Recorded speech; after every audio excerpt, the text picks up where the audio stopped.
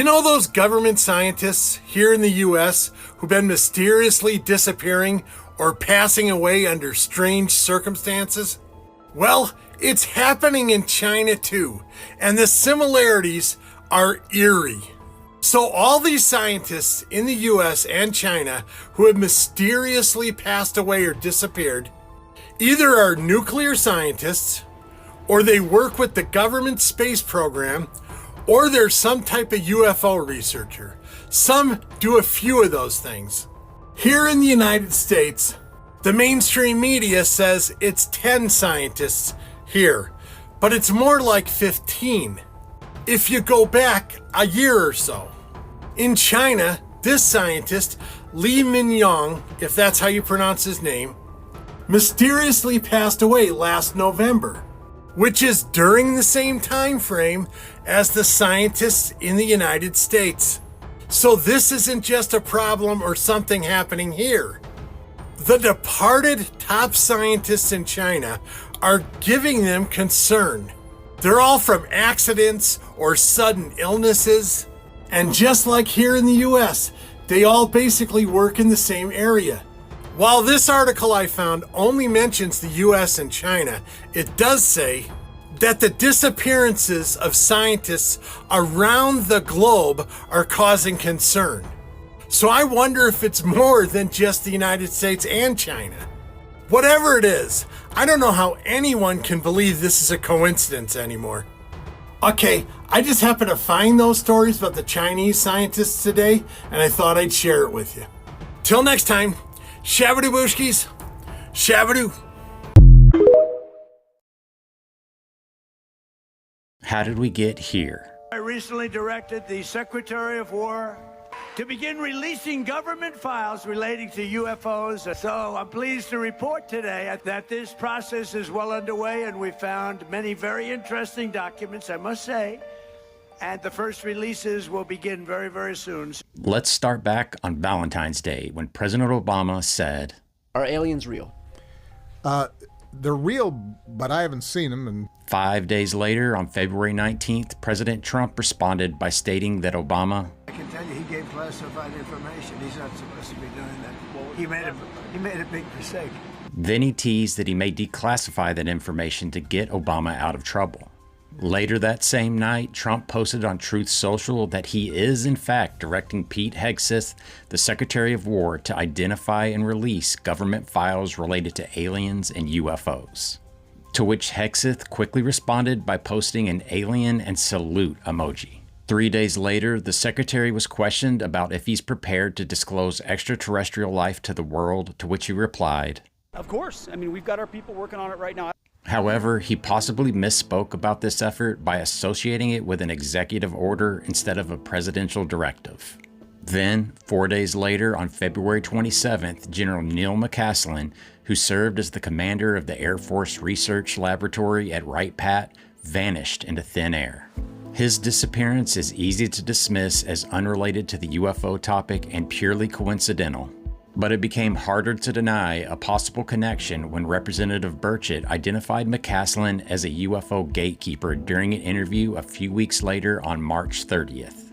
He's the guy that was had a lot of nuclear secrets and was allegedly the gatekeeper, and I've been told by several sources that he was the gatekeeper for the UFO stuff. Another possible coincidence is that the very same night that McCaslin went missing, the Department of War Rapid Response Twitter account posted a video about sharing UAP-related information on the National Archives site through Arrow to begin the process of identifying and releasing government files related to alien and extraterrestrial life, UAPs, and UFOs. Having Arrow participate in this UFO transparency effort was not warmly received due to the lack of trust their organization has earned from both the UFO community and Congress, as indicated by Representative Luna's comments on March 22nd when she said that she will recommend that Arrow be disbanded and defunded. A few days earlier, on March 17th, reports came out that the government had quietly registered the websites alien.gov and aliens.gov. Whether these websites are related to UAP transparency remains to be seen, but as of April 18th, they have reportedly been moved from a park state to having a live server supporting the domains. On March 27th, J.D. Vance shook things up when he told Benny Johnson, I don't think they're aliens. I think they're demons anyway, but that's a longer discussion. Then, 4 days later, on the 31st of March, Representative Luna sent a letter to the Secretary of War requesting the release of 46 UAP-related videos with a deadline of March 16th. Of note, the full 4-minute version of the gimbal video was not requested, but it's not too late, and if you see this, Rep Luna, please add it. That catches us up to the comments Trump made at the Turning Point event about the UAP documents being released very soon. To which Representative Luna followed up on the 18th by clarifying that all files are being released, including documents and the 46 videos she requested. And then she recommended that we all should read the Book of Enoch, which is an apocryphal text that is basically a prequel to Genesis 6, where the Nephilim are discussed, which are essentially a product of interbreeding between a non-human intelligence and humans. Which sounds eerily similar to the comments former Representative Matt Gaetz made on March 31st, where he stated, I had someone come and brief me who was in a military uniform, worked for the United States Army, that was briefing me on the locations of hybrid breeding programs where captured aliens were breeding with humans to create some hybrid race that could engage in intergalactic communication. Pretty wild stuff. Now we wait and see what the next few days or weeks bring us. But I recommend placing your seatbacks and trays in their upright locked positions and make sure your seatbelts are firmly secured because it might get a little bumpy. Thanks for watching. These people honestly believe that they are the descendants of gods, that they are the chosen, that they are God's special people, that we are delusional, and that the true creator is this wisdom principle that they think of as Lucifer, that wisdom principle gave us ancient mystery school teachings, and that the enemy, which they call Adonai, the adversary, which we would call the Christian God, came to try to defeat them. Then they even take it a step further and they look at texts like the Bible and they say that where it says in the end times that God will take the money from the wicked and restore it to the just, that we as a planet are the wicked and they are the just. So this is how they justify their financial corruption.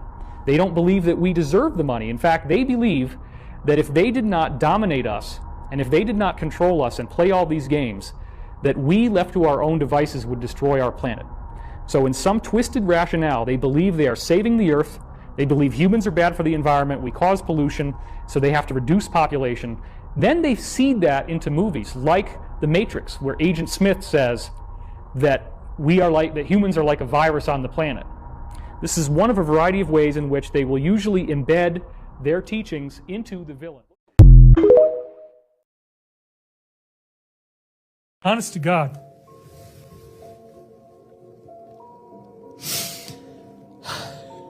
This is true, folks. You need to stop this shit. Some things I don't mind talking about. I don't like talking about this. What the hell are you doing, dude? You're going to lose. You're not going to win. It's inevitable. We already know because the future timeline is fixed.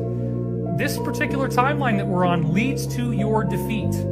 There is no getting around that. You are not being in integrity, but you don't care. But if you don't do this, we are screwed, man. You think this is all natural? You think nobody's coordinating any of this stuff? You think I want to talk about this? You think I want to be up here on this fucking camera talking about this shit?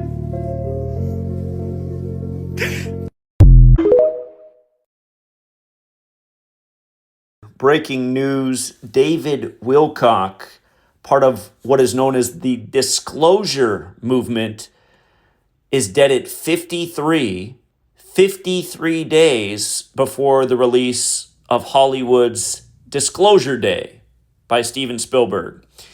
And I want to talk about all the familiar patterns in his death and reiterate why people need to learn this Kabbalistic practice of coding numbers into words. We'll just start right here. David Wilcock, in this practice of numbers within words, equates to 53. Again, he's dead at 53. He reportedly died April 20th. They're saying he took his own life. Another one of these stories. He reportedly took his own life at 53 days before June 12th, when Disclosure Day will release. And the movie's about conspiracy and UFOs and cover-up and releasing the information after the cover-up. So again, it very much has to do with conspiracy. And notice, David Wilcock died 123 days after Steven Spielberg's birthday. And Gematria Conspiracy equates to 123.